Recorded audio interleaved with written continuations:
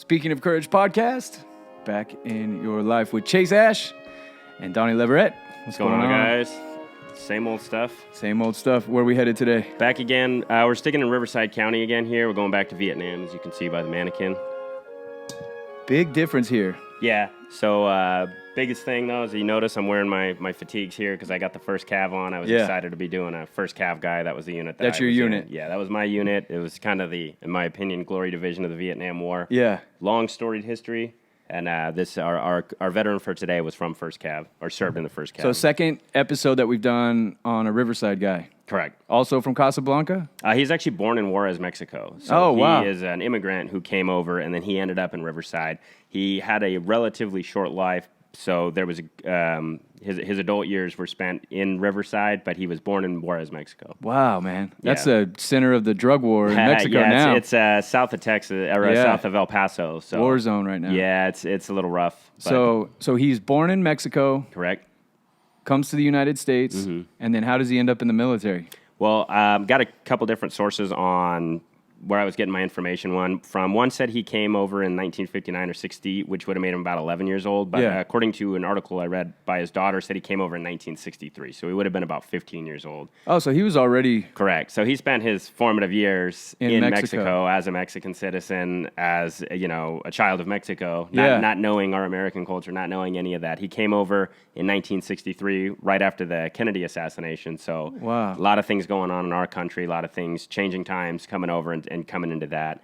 His family crossed the border into El Paso, which makes sense from where they're at, and then they ended up settling in Riverside, where, just like immigrants often do, he became part of the community, became part of the culture, and became an American Riverside citizen there. So how did that work? I shouldn't say citizen. If you were an immigrant and you wanted to join the United States military, it was real easy to do that? Yeah, so even today, I served with guys who weren't citizens. Some guys do it to get their citizenship. Some guys I didn't know that. Yeah, and Duran actually never became an American citizen. Up till the time of his death, he still wasn't an American citizen. So that might have been one of the driving factors as well.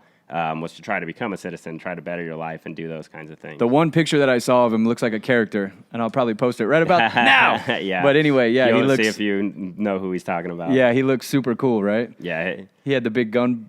What do they call the bullet belt or something? It's just a machine gun ammunition. Sometimes we call it a bandolier, but it's not actually a band. It's just a linked ammunition. It looks really cool. Again, he's first cav, I was first cav. He's a machine gunner, I was a machine gunner. Yeah. He's got those machine gun belts wearing the hat. It's a cool-ass picture. You can see a lot of people's personalities in the photo sometimes. I agree, man. I collect military, I collect pictures, I collect all that. It's one of the coolest pictures I've seen. Yeah. And believe it or not, according to one of the articles I read, that photo was taken the morning that he earned his Medal of Honor. So no way. You imagine, so he went into battle like that? Correct. So that's what he's wearing. That's the jacket he's wearing. That are the jungle fatigues, jungle jacket, whatever you want to call it. That's the machine gun ammo he probably fired in that battle. But you see that smile on his face, right? This isn't his first day of combat, so he's still over there in all this hell, and he's got that big grin on his face. It reads a lot into his personality to me. That's cool. He reminds me of the guy from La Bamba, dude, the brother. Yeah. In the picture, you don't like that comparison? Does. Yeah, I don't like the actor. So yeah. Oh, really? Yeah. Oh man. That's okay. another story. So he comes into the United States, joins the military. Yeah, he joins the Army. So he's here. Like I said, he comes over. I believe he would have been, depending on which article you're using, he's between 11 and 15. He's probably closer to 15, though, right? So then he spends time in Riverside. He actually was married. He was only 19 years old when he went in the Army, but he had time to get married. If you live in Riverside, where do you get married at, Donnie? Mission Inn. Mission Inn. Oh, am I right? Mission Inn, yeah. Yeah, there you go. Good job. Yeah. So he got married in the Mission Inn. If you look at that picture, there's a lot of things to look at. One of the things that's cool is he's got a wedding ring on there, right? So at the time, he's a 20-year-old kid, young guy, but he's married, right? So he's got all these responsibilities. So like we talked about in the last episode, that's going to add to everything. He's also got a baby on the way. He's got a little girl on the way. Wow, and he knows it. And he knows that, yeah. He's writing letters home. According to his friends that were with him and stuff, he was real excited. His daughter's name was Tina, or is Tina. She's still alive. Oh, cool. And he ended up naming his machine gun after her, Tina. No way. Pretty awesome, because you gotta name your gun. That is cool. Military, if you're flinching at the word gun, if you're here or not here. So in the military, it's your rifle. This is my rifle. This is my gun. Like the movie. Yeah. You never call your rifle a gun, but a machine gun is a gun. I was a machine gunner. It's a pride. You call it a gun. Yeah. This is my gun. Get off my gun. So you name your guns. You name your machine gun, and he was a little guy. He's 5'4", and just like the Army Another always one. is. Yeah, the Army's infinite wisdom. They give him the M60, which is the big crew serve weapon. Weighs 20, 22 pounds, depending. Is that what he's carrying in that picture? No, in the picture he has his M16. Okay. Which, like me, they usually would take my machine gun, and I'd have a rifle when you're walking around and stuff. But when the combat comes, you're carrying that M60 machine gun. And it's how much bigger than an M16? Well, an M16 weighs, I believe it was 8.79 pounds unloaded. It's as long as a rifle. It's like an AR-15. The M60 is over 3 feet tall. It's 20 to 22 pounds. It's a crew serve weapon. It's supposed to be a 2 to a 3-man crew, meaning it's so heavy and it goes through ammunition so fast that you're supposed to have the gunner, an assistant gunner who's supposed to spot targets, change your barrel out, carry tripod, and then you have your ammo bearer who's supposed to carry all the ammo. Why do you have to change your barrel out? It heats up? Because it goes too hot. Oh, okay. So you have cyclic or cyclic, depending on what you want to call it, sustained and rapid fire. If you just hold the trigger down on a machine gun, like in the movies, your barrel's going to melt, literally, and it's going to be unusable. And how long? A minute. Oh, damn. Yeah, so you don't even get a lot of rounds out of it. If you're firing that way. That's why you don't fire that way. So that's why you do that cyclic or cyclic is about 550 rounds a minute on the M60, I believe. It's hard to find accurate stats on that, but 550 rounds. If you're so as a machine gunner, you're probably going to carry 1,000 to 2,000 rounds. Every man in the unit is going to carry about 200 rounds linked on them so they can give it to you in the fight. But if you just held that trigger down for a minute and you went through 500 rounds, what do you have, 2 minutes of life before you're burning through all your ammo and stuff like that? So what you do to keep the barrel cool and to sustain ammo and everything else is you do what's called talking guns, or you do bursts. So if you're by yourself, it's just we used to have a little thing in basic they would say, so you would remember the time. You'd hold down the trigger and say, die, motherfucker, die, and then let off. Die, motherfucker, die, and then let off. And that's how you know how long the... and you look really cool when you're doing that. And you look fucking badass. I got some pictures of me, and I even look cool. No. So you're holding that trigger down. I had a 240 Bravo. It was a little different. Yeah. But if you hold that trigger down forever, you're wasting. You're useless, right? So you hold it down for a little bit. If you have two guns, you do, like we said, talking guns. So I'll fire, and then you fire, and then I fire. So the enemy is just feeling rounds. And that's enough time for it to cool? That's enough time for it to maintain its cool. And when it overheats, what happens? Well, if it overheats, you change the barrel out. So there's a locking mechanism. You turn, you take. But how do you know it's overheated? You can see it turning red. Oh, it actually turns red. Yeah, but you're going to have some problems long before that. If you're a halfway experienced machine gunner, you're not going to be doing any of that. You actually have some spare barrel bags over there in your studio. That's what those are. You're carrying an extra barrel with you so you can click the barrel out. There's stories of, in Vietnam and Korea and stuff, machine gunners and mortar guys, their mortars are getting too hot and they have to cool them down. They would pee on them and stuff like that to get them, or pack snow around them and stuff to keep them from getting too overheated and stuff like that. But you don't want to do that. You don't want to be in that position. What happens to the gun? It jams? It literally can melt the barrel. Oh, it'll just like fold over? So a machine gun's like a rifle or anything else. It has rifling inside. They're very fine-tuned weapons. I mean, we bang them around and we treat them like they can take anything, but they can't. They have certain measurements and stuff. It's like your car. If you start to mess up that rifling or any deviation in the barrel straightness, it's going to jam. The rounds might explode. You might not be shooting accurately. You have to treat them pretty good on that. Wow, so he's taking Tina into battle with him, literally and figuratively. So think about that. I thought that was really cool, right? That's his protector, you know, and he named his daughter that. A lot of guys would name them after their girlfriends, or a lot of people name them Betsy because that's what Davy Crockett's rifle was named and stuff like that. My machine gun was Bernadette, and that was my favorite song at the time. The Four Cop song, Bernadette. Nice. It's a big old gun there. So it's a good weapon. It's a good. There's a joke, and I'm going to forget the actual terminology, but it's the machine gunner is the most miserable guy on a road march and the happiest guy in a firefight. Yeah. Because when you're in training and when you're carrying and stuff, everybody else is just carrying their little rifle. You have to carry that. We carried ours on a long sling around you, and you'd kind of balance it out and would walk. In Vietnam, you'll see a lot of them. They're holding one leg of the bipod, and they just have it strung over their shoulder. We talked about Vietnam before, the heat, the distances, the time you're out there. You're carrying that the whole time, and he's 5'4", and he looks like he's having a good time. Yeah, he's got his spirit up there. He sure does, at least in that picture, which is pretty awesome. So then where's this action take place? Okay, so we're all the way. We talked a bit about Vietnam before. We have the North Vietnamese, the South Vietnamese. You have the NVA, which is the organized army, and then you have the Viet Cong forces. He's in the 5th Cavalry Regiment of the 1st Cavalry Division. They're actually almost right on the Cambodian border in a place called, I think it's Tay Ninh. Let me look real quick. It's either Tay Ninh or Tan Ninh. Tay Ninh, I'm sorry, and I'm sure I'm pronouncing that wrong, but it's right. It's about 7 miles from the Cambodian border. So Vietnam is a very diverse country. It's not like you watch one Vietnam movie and you think you got it. If you're in the Central Highlands, it's completely different. If you're in the Delta, it's completely different. So the terrain is totally different depending on where you're at. So Tay Ninh, from what I was able to see online and read about and stuff, it's relatively flat. A lot of rice paddies and things like that, and then it has large mountains kind of looming over. But the big important feature, again, is it's about 7 miles from the Cambodian border.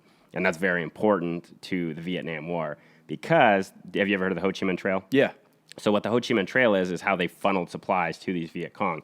The North Vietnamese weren't just coming straight down and funneling supplies. They would go through Cambodia and Laos because we weren't allowed to strike in Cambodia and Laos. So they'd be on the other side of the border just doing whatever they want, moving down until... And they're completely safe in that? Completely safe until we ended up making incursions later in the war. But yeah, wow. they're acting with impunity. So it's a big hotspot, those areas coming across, right? So he's right there on that border area in West Vietnam. Trying to kill the people coming through with supplies? They're doing search and destroy missions. They're doing just like everybody else is doing. You're trying to do the hearts and minds. You're trying to do all that. Your regular ambushes, patrolls, just like any other. And is he in the shit there? Absolutely. It's going down. He's a machine gunner in the 5th Cavalry Regiment in the 1st Cavalry Division in 1969. So 1968, 69 is kind of what we think of as the high point of the war or the most extreme part of the war. The Tet Offensive was 1968. That was kind of the major culmination. Almost the climax of the war. So he's seen a lot of stuff. There's no way he's not. Yeah. And these guys are air mobile. It's 1st Cav. That's what they pioneered. That's what they were known for. Are you familiar with air mobile? Have you seen We Were Soldiers? Nope. Okay. Damn it, Donnie. He's going to kill me. I got I've asked him like 20 times. Movie list a mile long that I got to catch up on. Yeah, so think traditional warfare, Civil War, World War I, World War II, Korea. You gain ground, right? You move as a force and you push, and whatever's behind you is yours, whatever in front of you is the enemy. In Vietnam, we were doing what was air mobile.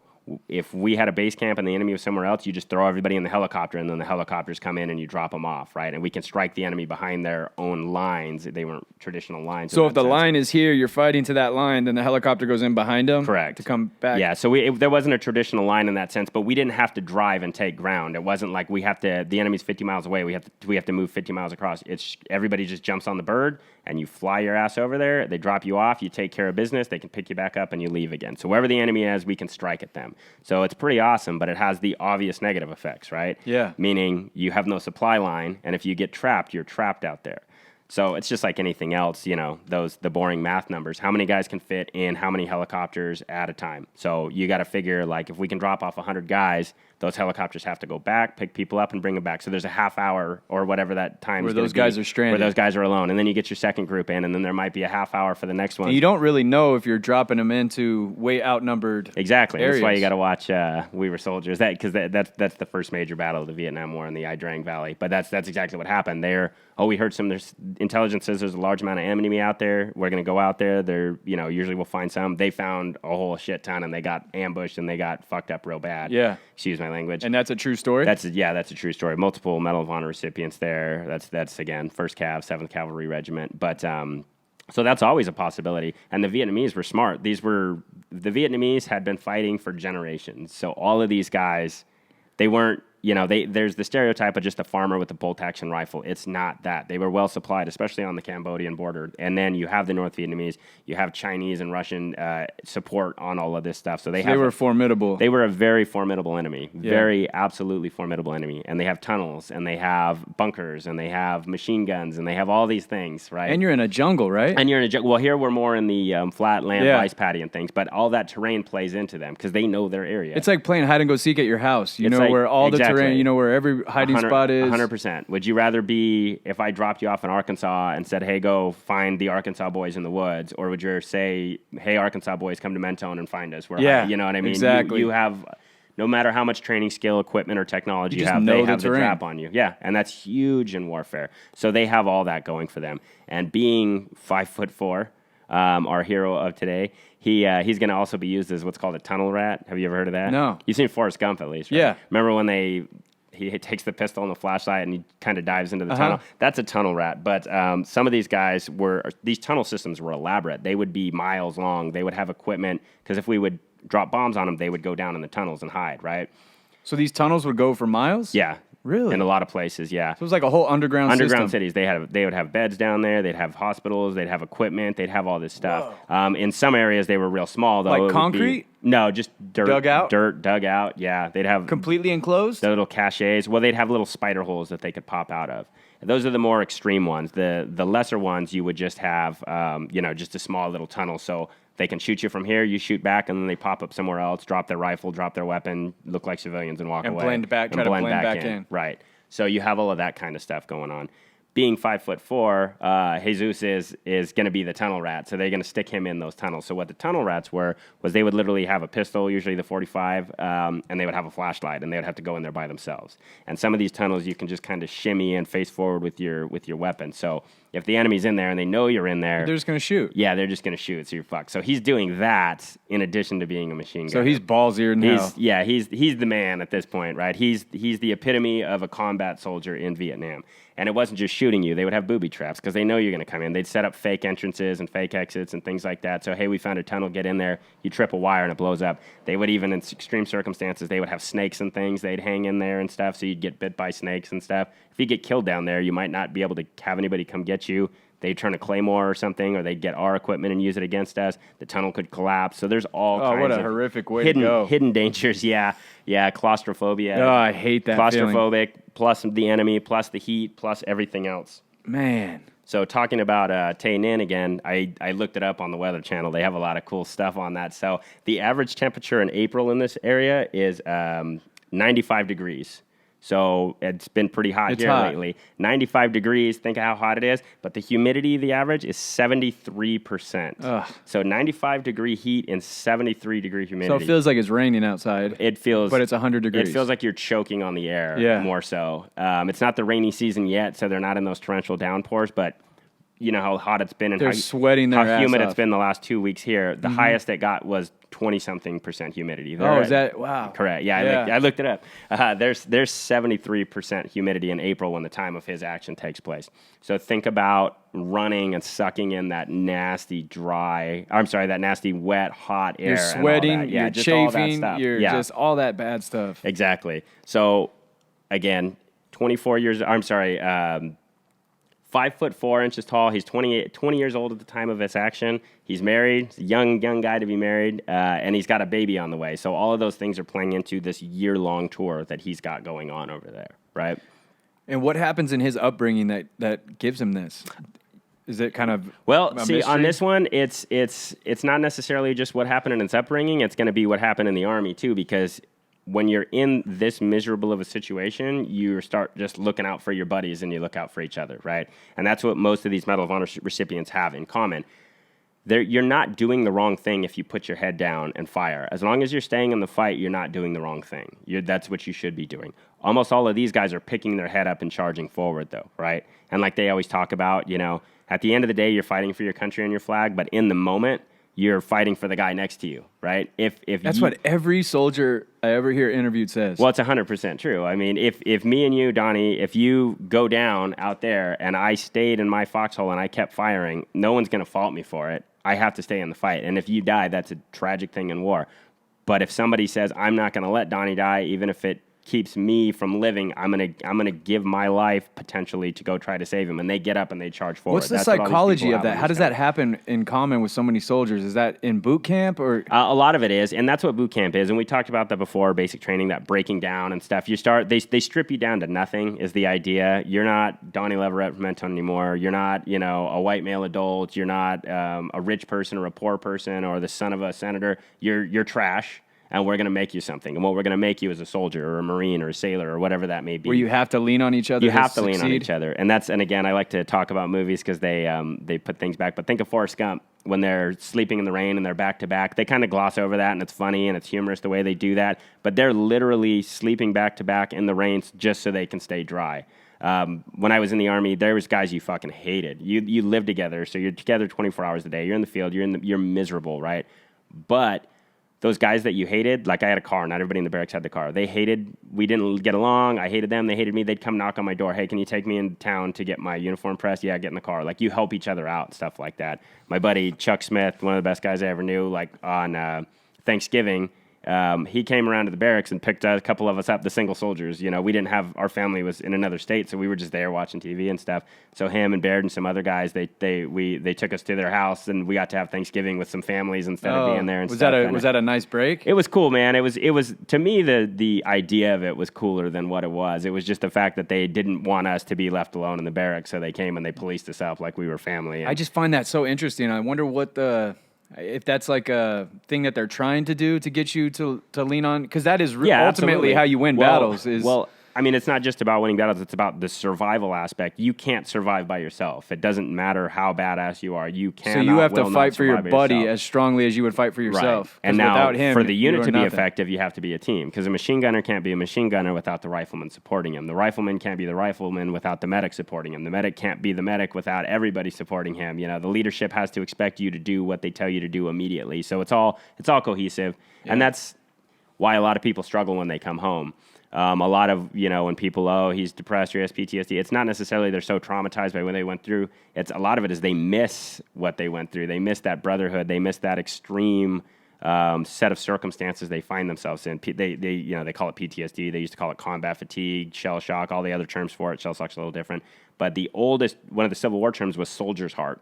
And part of that was not just the trauma, but it was the melancholy of missing when your life mattered. The brotherhood, yeah. And everything's not everything's black and white, but everything is life or death in a sense. It's like, who gives a shit about this petty stuff? I could die tomorrow, so you hear gamblers talk about it, and that's obviously not the same consequences, right? But or athletes, that fighters fight on this grand scale, right? Where everything's on the line, your health, your safety. And then you retire. Exactly. And a lot of them go down the freaking rabbit hole after that. And a lot of soldiers too. Audie Murphy, we always talk about Audie Murphy. He became a degenerate gambler after the war. And you can understand it. That's what he said. He said they would...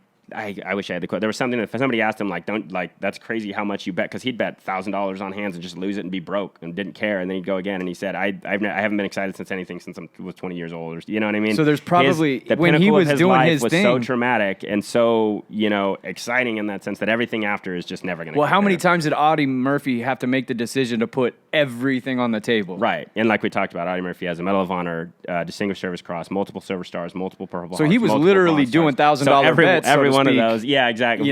Life or death bets. It's all or nothing. Every time he'd push that forward. So $1,000 is nothing. That's not to mention the ones that he didn't win a medal for or earn a medal for too. Exactly. So then the all the after effects of life are inconsequential. Another patent quote: compared to war, all other forms of human endeavor shrink to insignificance. The things that are done in war, as simple as how long does it take them to fix the freeway on the 210 over here? You fucking 10 years to get like 1 mile. If this was a wartime scenario, it would literally be like, hey, we need to blow up the enemy's fortifications, move out all the rubble, we need to make an area so our tanks can get through, and they'll do it in 4 days. The engineers will come do it. You know what I mean? Yeah, because the stakes to are the higher. front of the line. The stakes are higher, you know, and it matters if someone's to people. bitching and something, it's just shut the fuck up and get your job done. Everybody's doing it and stuff. So you have that. The consequences are so dire. Exactly. And your mission's so clear in the sense. And things become a priority. Right. In World War II, your mission is to beat the enemy so you can get home. In Vietnam, your mission's clear too. It's to survive and get home at the end of the year so you can see your family again. Because there is no win or lose, there's no right? win. And that's again when we're talking about Cambodia, these troops are... If this was a conventional war, we would go straight to North Vietnam. We'd go straight to Hanoi, and we would try to crush the capital, or you take the enemy's area, and we would go into Cambodia and Laos, which we ended up having incursions in Cambodia and Laos. But it's this limited warfare, so it's frustrating and it's struggling. So that is what this 20-year-old kid from Juarez, Mexico, Riverside, he gets dropped into. He probably has no life experience of anything up to this point. Nothing like that. But I mean, he's definitely got life experience moving from one country to another. But True. Nothing's going to prepare you to facing machine gun rounds, watching people dying. And in the picture that you showed me, he's just having a blast. Biggest damn smile on his face. Yeah, you're going to see, which I think is awesome. And again, I could show you pictures of me in Iraq, which was nothing compared to what those guys went through. But I usually had a big smile on my face too. I thought it was everything fun. Was funny. Yeah. Is that just being young and dumb? I think 100%. Yeah. With me, it was. Yeah, it's different with other people, but with me, like I told you several times before, some of the stuff back then I thought was nothing, or I thought was exciting, or I thought was funny. Now it would terrify me, Right. But at the time, it was just. I remember being on the Humvees, I was the gunner. I was up top and like, putting my hands up, like yelling, like I'm the king of the world. So, just stupid stuff like that. Like, doing a Titanic. Yeah. It's just, I run this place. This is, I have this big gun in front of me, and what are you gonna do? Bring it on type stuff. And now I'm like, whoa, hey, chill. Yeah. Yeah. Okay, so where's he at? All right, so April 10th, 1969, the date that picture was taken, if that caption was correct. We're in Tay Ninh. They're on a search and destroy mission, which is business as usual for the infantry. Again, some of the rear guys, this would be the most traumatizing thing in the world to have to leave the wire and go do this. But these infantry guys, this is what they're doing on a regular basis. Every day.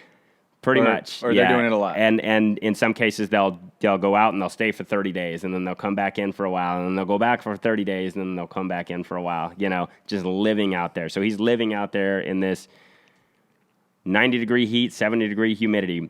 But they're on a search and destroy mission. He's the machine gunner, so presumably they land the helicopters. He gets out and they start walking.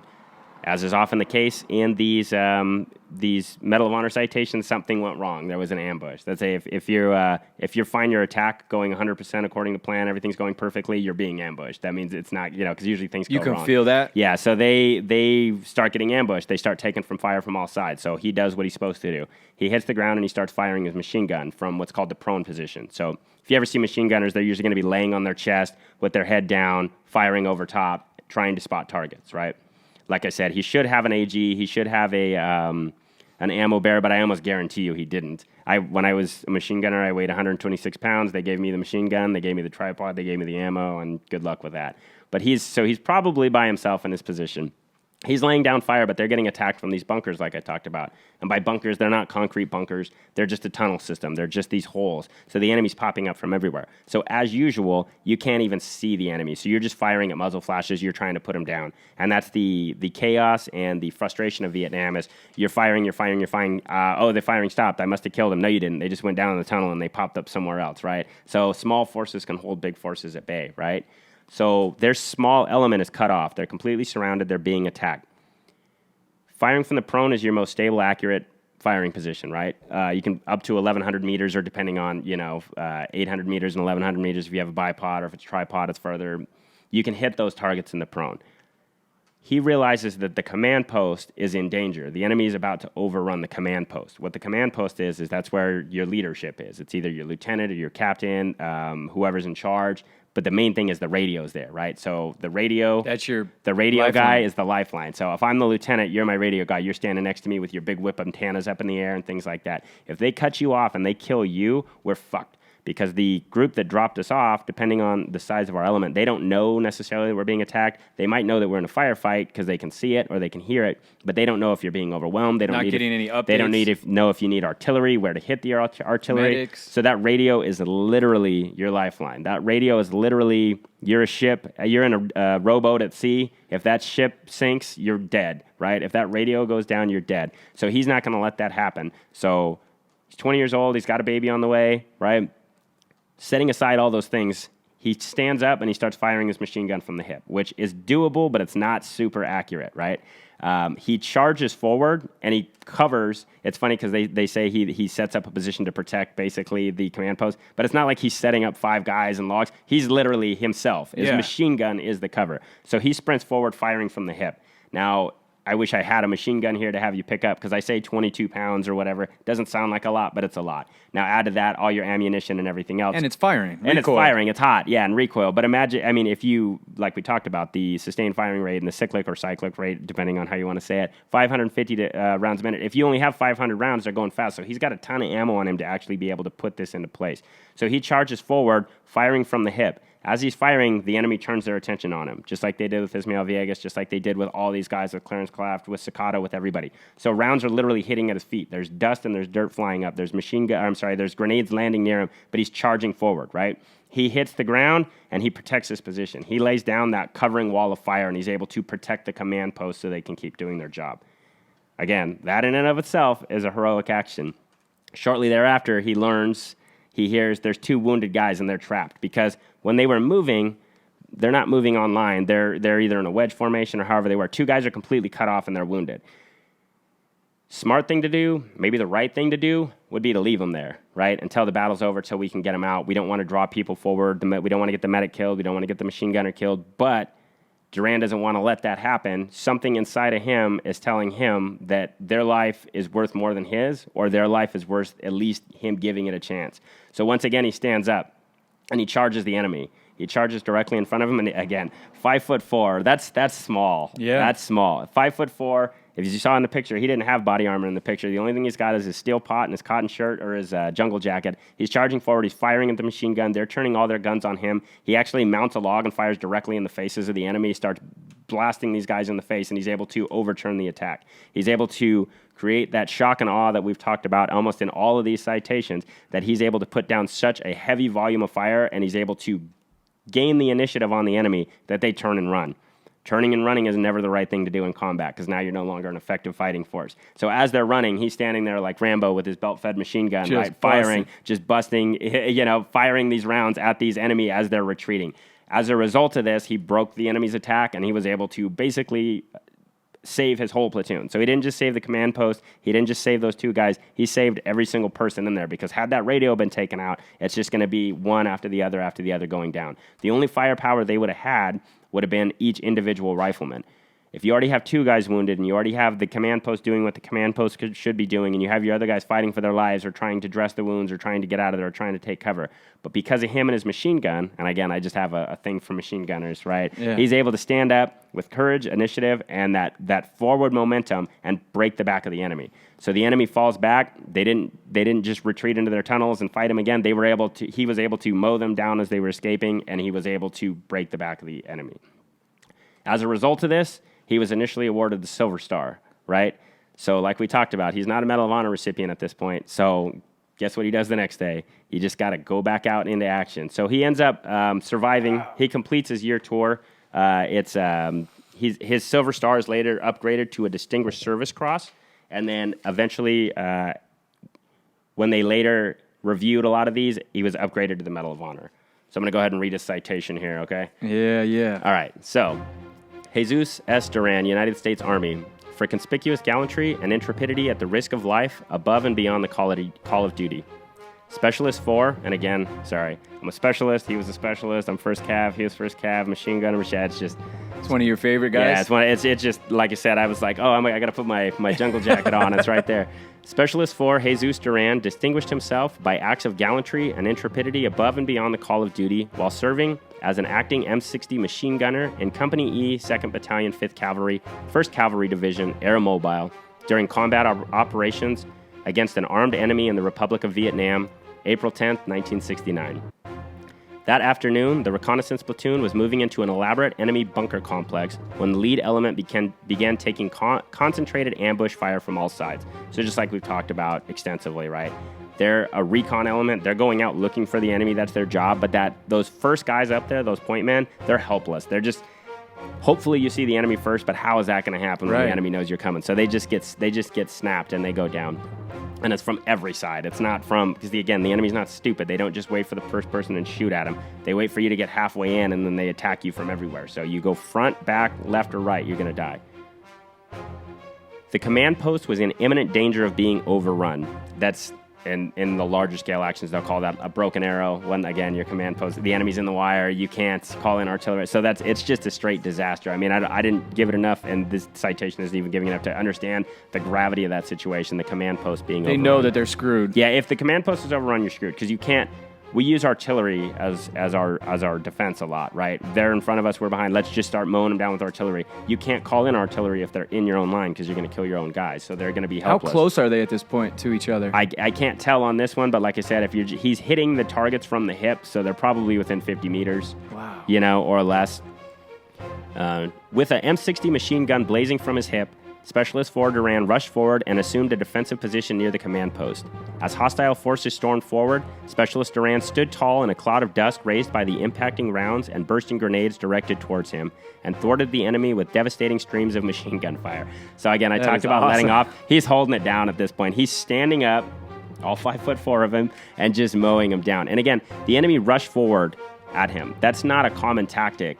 If you're the enemy and you're in an ambush position and you have the enemy and you're pinning them down and you're winning, why would you come out of your holes, right? So they know they're winning at this point, and they're going to make that coup d'etat, that final blow, right? That kill shot. They're getting up and they're going for it. And like we talked about again, they think they have the enemy on the ropes. They think that boxer's going down, and all they have to do is rush in. But they don't see Duran saying, hold my beer. Yeah, exactly. Not today, motherfuckers. Yeah, so he's standing up. And he's late. He's doing the same thing that they should be doing. He's holding the trigger down. Yeah. Well, he shouldn't be standing up. Right. Tactically, he should be in the prone, but he's not going to hit him as well. So he stands right up. Risks everything. He gets all that fire directed at him. You know, you guys want to play? I'm the one that's going to play. Let's do this, right? Yeah. I got the machine gun. I got the ammo. Bring it.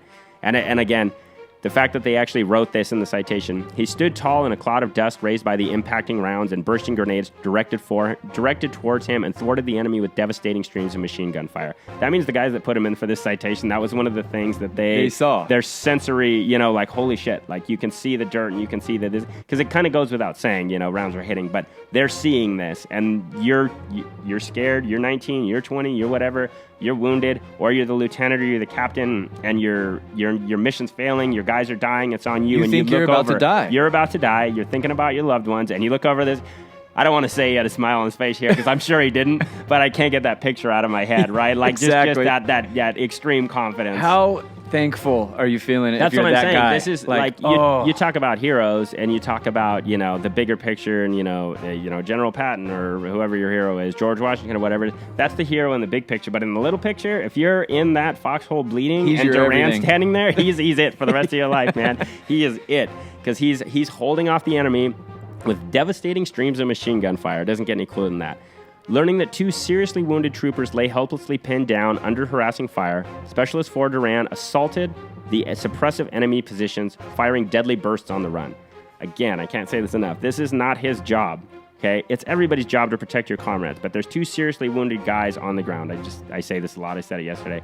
The best medicine in a firefight is superior firepower, right? The best medicine, if you get shot and someone just shot you, it's not good for me to start treating you because that guy can kill us both. Mm-hmm. It's good for me to kill that guy and then help you. It is not his job to get up and run there. It's his job to stay there, protect himself because he's the machine gunner, protect everybody. Stay tactical. Do what you can, but he's not having it, right? These 2 seriously wounded guys that he eats with, that he sleeps with, that they share bunks with, that they share pictures with, that he talks about his unborn daughter that's home with, right? So it's almost going against the rules. In a little bit, and that's what's funny, as most Medal of Honor citations are. Right. Sometimes they'll change the verbiage. They can't teach this disregarding enemy orders, they'll change it to without orders, because a lot of times, I'm sorry, not enemy orders, disregarding orders, because they never want to write that. But yeah, I mean, in a way, if everybody just did their job, no one would get a medal, because that's your job, right? He's going above and beyond, so he's standing up. So and it even goes forward. further against nature to do this thing. Exactly. Because your training is not taught. You are not trained to stand up and rush an enemy position with your machine gun.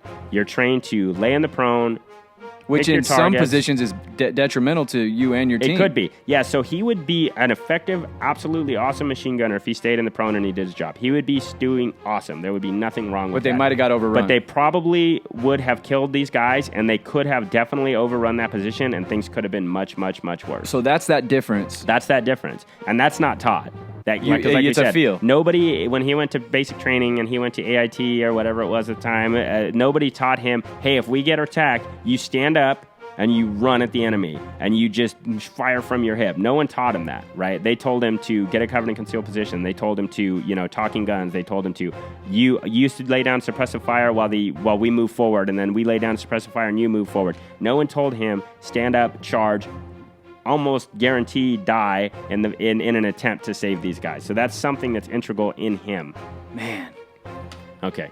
So Specialist 4 Duran assaulted the suppressive enemy position, firing deadly bursts on the run. Mounting a log, he fired directly in the enemy's foxhole, eliminating 4 and cutting several down as they fled. So again, now picture yourself as the enemy. They're not just fighting Duran. They're having to pick their targets. They're having to move around. You see someone running for you with towards a giant full gun. blast. They might put their heads down at this point to get out of the machine gun fire, and then you look up and the barrel of that M60 is in your face, right? Not to get graphic, but he's close enough because he's standing on the log. The log is their defensive position. He's standing on the log firing into him. He's probably feeling their blood and their guts smashing back onto him, right? He's probably covered in grease smoke and the enemy's blood, which is intense to be that close to an enemy in any of these type of situations. they turn and run, which, like I said, you are doing nobody any good if you turn and run. You're not facing the enemy. You're not fighting. You're not putting it. So they panic. They break. They run. And then he's got free reign on They just saw their friends' faces explode. Yeah. You can't blame them. That's the natural thing to do, but the smart thing to do is to continue fighting. Because if you're in a fist fight and you turn your back and try to run away, they got your back. You're done, right? Yeah. You're just going to get knocked out or choked out or whatever it is. It's the same thing. So they break and they run. And this isn't, is that a good shooting? This is combat. So he's firing. He's continuing on that gun. He's stopping these people who are going to come back and fight later. So he's able to cut them down as they run. Specialist 4 Duran continued to pour effective fire on the disorganized and fleeing enemy. Specialist 4 Duran's extraordinary heroism and selflessness above and beyond the call of duty are in keeping with the highest traditions of military service and reflect great credit upon himself, his unit, and the United States Army. Man. So again, initially it was a Silver Star, and then it was upgraded to a Distinguished Service Cross for whatever reason. It wasn't until later when they reviewed the awards of a lot of Hispanic and Jewish servicemen and things like that. I believe it was under the Clinton administration. Yeah, and Obama's the one that actually awarded the medal to his daughter because unfortunately he had passed on by that point. But he survived Vietnam. So he survived Vietnam. His life. Well, he went on to a degree. He survived Vietnam. He came home. Unfortunately, his marriage didn't last like a lot of things don't. He remarried. He had another son, so he has a daughter and a son. He actually, the information is contradictory from what I saw, but he ended up working in corrections, juvenile correction facility. Some of the accounts said San Bernardino, and some of them said Riverside. He's from Riverside, but I read San Bernardino several times, so I believe he started working for San Bernardino County Probation, or it would have been Riverside. So he's basically a cop for juveniles at that point, right? So just kind of continuing that life of service. One of the articles in the Press Enterprise said he worked at Chino Youth Authority for 3 years, but they all mentioned he cared about the youth, and he took on a mentoring role kind of with these kids, right? He would take them up to the mountains. He would take them places. He would try to, give them an opportunity. Well, be a father in some ways, just kind of to be part of that community. It's easy to be in that kind of line of work and be like, oh, screw these kids, they're all trash or whatever. But he didn't take that route. He took the other route. He took that mentoring route. He dedicated his time and he devoted his time to trying to help these kids and help other kids and foster community and things like that, right? Man, that's really cool. So unfortunately, he did die young. After the war, he went back to Riverside when he was, I believe, 27 years old. He and his cousin went to a bar about just a few miles from his house. While he was at the bar, there was an altercation of some sort. He went into the bathroom, and one of the patrons of the bar stabbed him multiple times and stabbed him in the heart and killed him. Oh, man. Yeah, so he tragically died in a bathroom of a bar in Riverside. Right. I don't know the circumstances, and regardless of the circumstances, though, I mean, he deserved better than that, right? Yeah. So it's tragic. He died. I believe he was 27 years old. Wow! So he was still really young. Yeah. This was just a few years after the war, man. He came home. I believe his daughter was about 8 at the time. So if that would help with the math, but it's. So he's still a young knucklehead, probably, out partying and stuff, maybe. Well, he's going to the bar with his cousin, and like I said... He may not have been doing anything. He may not have been doing anything. Yeah. I can't find the article. His name's so common, Jesus Duran. I looked and I looked and I looked. I went through all the old newspapers. I don't know whose fault it was. How in the hell do they not have an article about a Medal of Honor? Well, he wasn't a Medal of Honor recipient. He was a Distinguished Service Cross recipient, right? Which should be enough.